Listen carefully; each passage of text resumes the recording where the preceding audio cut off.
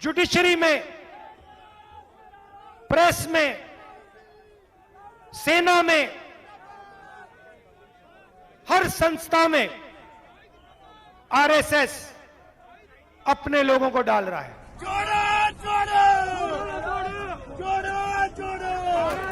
ये भी नफरत फैलाने का काम करते हैं।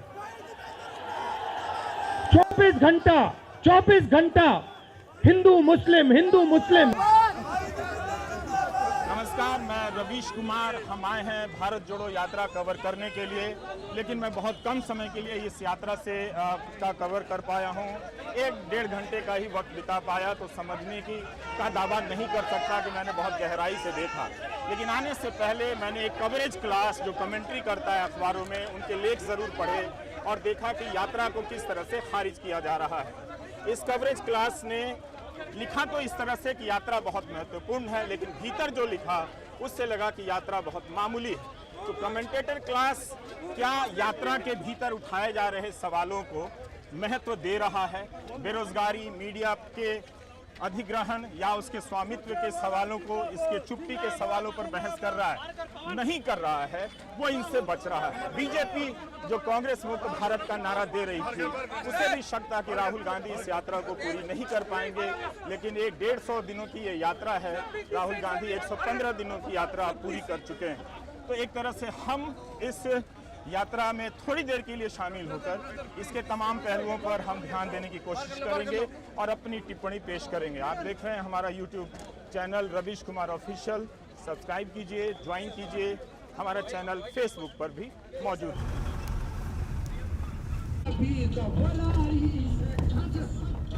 अंग्रेजों ने तांत्या मामा को फांसी पे चढ़ाया, मगर आरएसएस की विचारधारा ने उनकी मदद की। ये भी मत भूलिए, वनवासी शब्द के पीछे ये भी सोच है।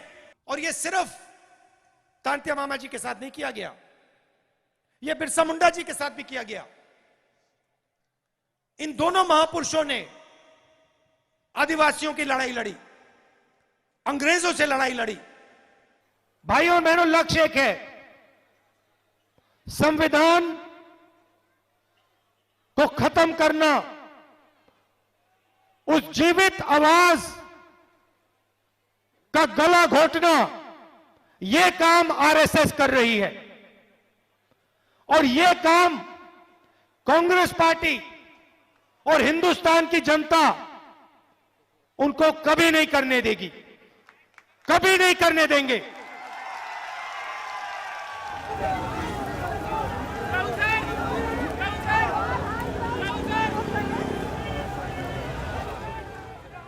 हर राजनीतिक दल को अधिकार है कि वह अपने भीतर बदलाव करे, सारी पार्टियां करती हैं।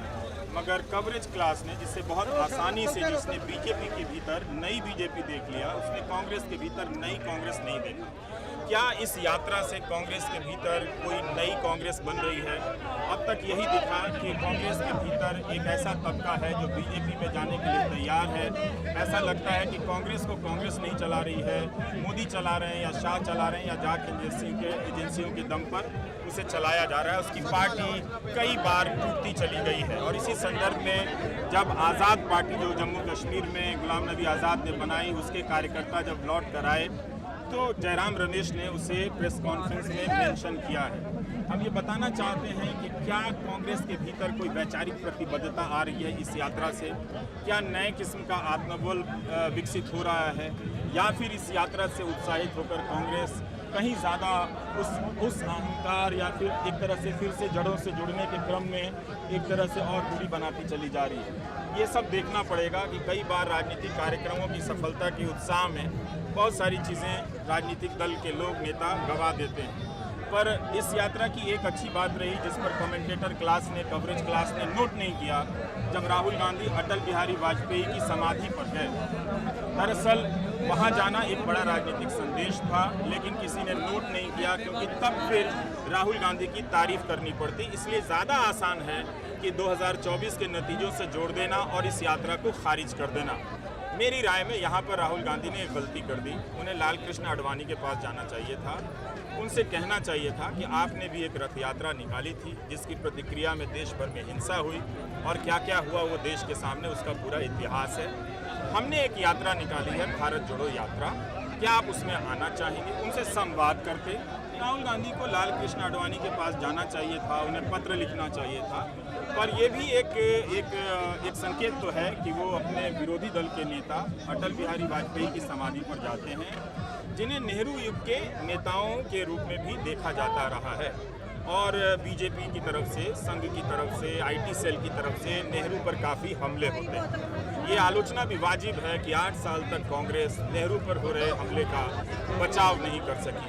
तो हम इन यात्रा के ज़रिए, यहाँ जो दिए गए बयान हैं, उसके ज़रिए हम देखने का प्रयास कर रहे हैं कि राहुल गांधी किस तरह से कांग्रेस में एक जान फूंकने की कोशिश कर रहे हैं। विपक्ष कहाँ है? इस सवाल को इस देश में बहुत चतुराई से, बहुत निवेश के साथ पैदा किया गया कि विपक्ष नज़र नहीं आता है। लेकिन पहले कवरेज क्लास ने क्या किया? उसने विपक्ष पर लिखना बोलना बंद कर दिया, उसकी बातों को नोटिस करना बंद कर दिया। उस मास्टर की शान में जो लोकतंत्र को विपक्ष मुक्त करना चाहता था, विपक्ष की सरकारों को गिरा दिया गया, अवैध रूप से राष्ट्रपति शासन लगाया गया उत्तराखंड में, आप जानते हैं। और भारत जोड़ो यात्रा इसी सवाल का एक जवाब है कि विपक्ष कहाँ है। विपक्ष बनने की प्रक्रिया ही कांग्रेस के लिए इस वक्त ज़्यादा ज़रूरी लगती है कि सत्ता में आने से पहले विपक्ष के रूप में वो जनता का विश्वास हासिल करे। क्या कांग्रेस इस यात्रा के दौरान विपक्ष के रूप में दावेदारी कर रही है, जनता के बीच ये विश्वास हासिल कर पा रही है कि वो एक प्रमुख विपक्षी दल है, उसके सवालों को लेकर सड़क पर उतरने वाली विपक्षी पार्टी है। हम पार्लियामेंट में बात उठाने की कोशिश करते हैं, माइक ऑफ कर देते हैं। माइक ऐसे ऑफ कर देते हैं, बोलते जाओ जितना बोलना है, कुछ नहीं। देखो मैं दिखाता हूं आपको पार्लियामेंट में क्या होता है, मैं आपको दिखाता हूं।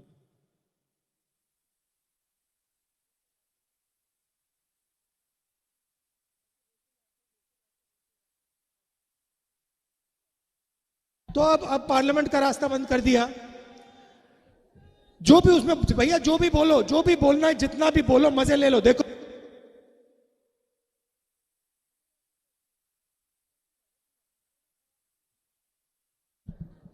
आवाज ही नहीं आती, तो मीडिया का रास्ता बंद, पार्लियामेंट में, विधानसभा में माइक बंद। तो हमने कहा चलो, सड़क को तो बंद नहीं कर सकते। इस यात्रा में आप देखिए तो नफरत से जुड़े सवाल उठाए गए। क्या कवरेज क्लास ने नफरत के सवालों को लेकर यात्रा को देखा? इस देश का सुप्रीम कोर्ट बार बार नफरती सवालों पर बोल चुका है, कोर्ट के बोलने का असर नहीं है, और वो भी बीजेपी के सांसद पर असर नहीं है। तो नफरत की राजनीति पर राहुल की यात्रा का असर कैसे हो जाएगा? यही समझने की ज़रूरत है कि नफरत और डर से निकलने में इस देश को अभी बहुत वक्त लगने वाला है। धर्म और राष्ट्रवाद के नाम पर नफरत ने लोगों को डरपोक बना दिया। अगर यात्रा का कवरेज इस एक सवाल को लेकर होता तो आलोचना राहुल की नहीं होती, मोदी सरकार की हो जाती, क्योंकि तब आप नफरत की राजनीति, उसकी जड़ें कहाँ हैं, उसके संरक्षक कहाँ हैं, उसकी बातें करने लगते। इसलिए इस यात्रा के जो भीतर उठने वाले सवालों पर ज़्यादा तवज्जो नहीं दिया गया और इस यात्रा को 2024 के चुनाव से जोड़कर रखा गया कि उसमें कांग्रेस की हार निश्चित है, ऐसा कहा गया। इसलिए ये यात्रा मामूली है, इसका कोई खास फायदा नहीं। तो ये बाईपास करने का एक तरीका है। नफरत के मुद्दे पर मोदी सरकार के दौर में सवाल से उठाने से बचने का एक तरह से तरीका जिसे आप कह सकते हैं। तो आप देख सकते हैं कि भारत जोड़ो यात्रा इस मामले में निश्चित रूप से फेल रही कि वो इस कवरेज क्लास में, कमेंटेटर क्लास में इस नफरत के मुद्दे के प्रति वो विश्वास जगाने में असफल रही, उनमें साहस भरने में असफल रही कि वो इस यात्रा के बहाने कम से कम इन नफरती मुद्दों को जिसकी चपेट में देश आया है उस पर चर्चा करते और उसके लिए जिम्मेदार कारकों की खोज करते और गिनाते। लेकिन सबने एक सुविधा का रास्ता निकाला और सब इससे बच गए और इस बार 2024 के नतीजों से जोड़कर अपनी जिम्मेदारियों से मुक्त हो गए। लेकिन राहुल गांधी ने बार बार इस पर जोर दिया कि टेलीविजन और आज की राजनीति ने इस देश में जहर बो दिया है। ये भी नफरत फैलाने का काम करते हैं। 24 घंटा हिंदू मुस्लिम, हिंदू मुस्लिम, हिंदू मुस्लिम, हिंदू मुस्लिम, हिंदू मुस्लिम। ये सच्चाई नहीं है भाइयों और बहनों। मैं चला हूं कन्याकुमारी से यहां तक, ये सच्चाई नहीं है। ये मीडिया में चलाया जाता है, फैलाया जाता है। ये देश एक है। इन सड़कों पे लाखों लोगों से मिला हूं। सारे के सारे एक दूसरे से मोहब्बत करते हैं, प्यार करते हैं, गले लगते हैं। तो आपने देखा कि कवरेज क्लास किस तरह से इस यात्रा में उठाए गए मुद्दों को किनारे करता रहा। राहुल गांधी ने तकरीबन हर दूसरे प्रेस कॉन्फ्रेंस में यह बात कही कि प्रधानमंत्री ने 8 साल से कोई प्रेस कॉन्फ्रेंस नहीं की है, जबकि वो सवालों का सामना करते रहे। ये मनदीप पुनिया है, इन्होंने बड़ा जोरदार छत्तीसगढ़ की सामाजिक कार्यकर्ता सोनी सूरी के बारे में पूछा और बहुत आक्रामक अंदाज में राहुल गांधी ने भी उसी तरह से आक्रामक अंदाज में जवाब दिया, लेकिन ये सुनाते हुए कि प्रधानमंत्री से आप ऐसा सवाल नहीं कर सकते। लेकिन अगले दिन इतना आक्रामक तरीके से पूछने के बाद भी मनदीप कांग्रेस के बीच में है।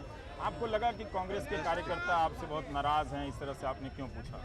जी, जैसे मैंने पूछा उसके बाद एक बार के लिए लगा कुछ 10 सेकंड के लिए कि राहुल गांधी थोड़ा घुमाएंगे, लेकिन उसके बाद उन्होंने जिस किस्म से कमिटमेंट दिखाई कि मैं पूछूंगा और मैं वहाँ जाऊंगा, उससे लगा कि प्रेस कॉन्फ्रेंस को लेकर ये सीरियस है और मेरे प्रेस कॉन्फ्रेंस में सवाल लेने मेरा सवाल नहीं पूछा गया। लेकिन कांग्रेस के कार्यकर्ताओं ने आपको किसी तरह से धक्का मुक्की की, ये कहा कि नहीं पूछा जी, नहीं, या ये कहा कि अच्छा किया आपने पूछ के? नहीं, ऐसा मतलब उन्होंने कोई धक्का मुक्की नहीं की, बल्कि आज भी मैं यात्रा को ही कवर कर रहा हूँ। कार्यकर्ता मिल रहे हैं, वो इतना कह रहे हैं काफी टफ सवाल था। इसके अलावा उन्होंने कोई शिकायत नहीं की, ना कोई ट्रोल किया। इस यात्रा से आप कह रहे हैं कि सिविल सोसाइटी, पत्रकार, वकील, जो भी सेक्शन डरा हुआ है, उसके आप दिल की उसकी मन की उसको डर को आप कम करना चाहते हैं। तो सोनी सोरी जो कि इंटरनेशनल एक्टिविस्ट हैं, वो डर में वहाँ अंधेरे में बैठी हुई हैं, तो वहाँ आपकी सरकार है। बाकी अगर आपकी सरकार सेंटर में आ गई तो फिर वही जो छत्तीसगढ़ में रहा, क्या वही होगा? नहीं, सबसे पहली बात यह है, देखने की बात है कि ये जो आपने मेरे सामने सवाल रखा है, ये आप नरेंद्र मोदी जी के सामने रख सकते हैं क्या? सबसे पहली बात यह है। कहां रखे हैं आपने? नहीं, कवरेज एक व्यक्ति के सामने सवाल रखना और कवरेज करना में बहुत फर्क होता है। प्रधानमंत्री जी ने ऐसे कितने प्रेस कॉन्फ्रेंस किए हैं जहां पे कोई भी पत्रकार उनसे ऐसा सवाल पूछे। जो वहां पे डर का माहौल है, उसके बारे में आपने हमें बताया है, हम जाके उसको देखेंगे और अगर वहां पे हम उसके बारे में बोल सकते हैं, मैं बोलूंगा। और इस तरह हम यात्रा से स्टूडियो में आ गए, क्योंकि यात्रा तेजी से गुजर गई, इसलिए बहुत सी बातें अधूरी भी रह गईं जो यहां से कहना चाहता हूं। कुछ बातों को राहुल गांधी जमकर प्रेस कॉन्फ्रेंस कर रहे हैं। उनकी प्रेस कॉन्फ्रेंस अपने आप में नरेंद्र मोदी को एक सीधी चुनौती है। इस चुनौती का जवाब प्रधानमंत्री की तरफ से आना बाकी है, मगर इस यात्रा का एक असर बता सकता हूं। गोदी मीडिया के एंकर जब एक बड़े उद्योगपति गौतम अडानी से सवाल पूछ रहे थे, तो उनके पास पूछने के लिए अपने सवाल नहीं थे, अपना रिसर्च नहीं था जो उनके बारे में पिछले कुछ वर्षों से छप रहा है। मुश्किल सवाल पूछने के नाम पर वही सवाल पूछ पाए जो राहुल गांधी ने उस उद्योगपति के बारे में कहा है, गौतम अडानी के बारे में कहा है। अगर राहुल ने गौतम अडानी के बारे में कुछ भी नहीं कहा होता, तो ये एंकर गौतम अडानी से क्या पूछ रहे होते? आपने नोट किया होगा कि राहुल का जिक्र इस तरह से लाया गया इंटरव्यू में कि जैसे लोग ताली बजाकर हंसने लग जाएं। लोगों ने हंस भी दिया और पूछने का काम भी हो गया। तो पत्रकार खुद को इस तरह से सवाल पूछने से बचा रहे हैं एक उद्योगपति के सामने। राहुल को पप्पू बताने वाला मीडिया उस उद्योगपति से सवाल भी राहुल के नाम पर कर रहा था। राहुल ने ये कहा है, राहुल ने आपके बारे में वो कहा है। कम से कम राहुल के नाम पर वो अदानी से सवाल पूछने की औपचारिकता निभा पाया, ये राहुल की यात्रा का एक बहुत बड़ा असर है। लेकिन उनके जवाब के सामने, अदानी के जवाब के सामने काउंटर सवाल भी नहीं थे इन एंकरों के पास। राहुल ने यात्रा की शुरुआत में ही कहा कि देश का मीडिया 2-4 सेठ चला रहे हैं जिन्हें ऊपर के 2 लोगों से कथित रूप से लाभ मिल रहा है। यात्रा खत्म होते होते राहुल की बात कुछ हद तक साबित भी हो गई और पहले भी साबित हो चुकी है। कवरेज क्लास ने मीडिया को लेकर राहुल के बयानों पर भी ध्यान नहीं दिया। अगर 2024 में चुनाव हारने पर इस यात्रा को लेकर बात हो सकती है, तो चुनाव से पहले मीडिया की हालत पर बात क्यों नहीं हो सकती थी? टी शर्ट पर खूब बात हुई। जिस देश में एक नेता अपनी छाती की गलत साइज बताते हों, खुद की तुलना शेर से करवाते हों, उस देश के कवरेज क्लास में बेचैनी है कि टी शर्ट वाला कौन है, यह किस टाइप का शेर है, उसे ठंड क्यों नहीं लगती है।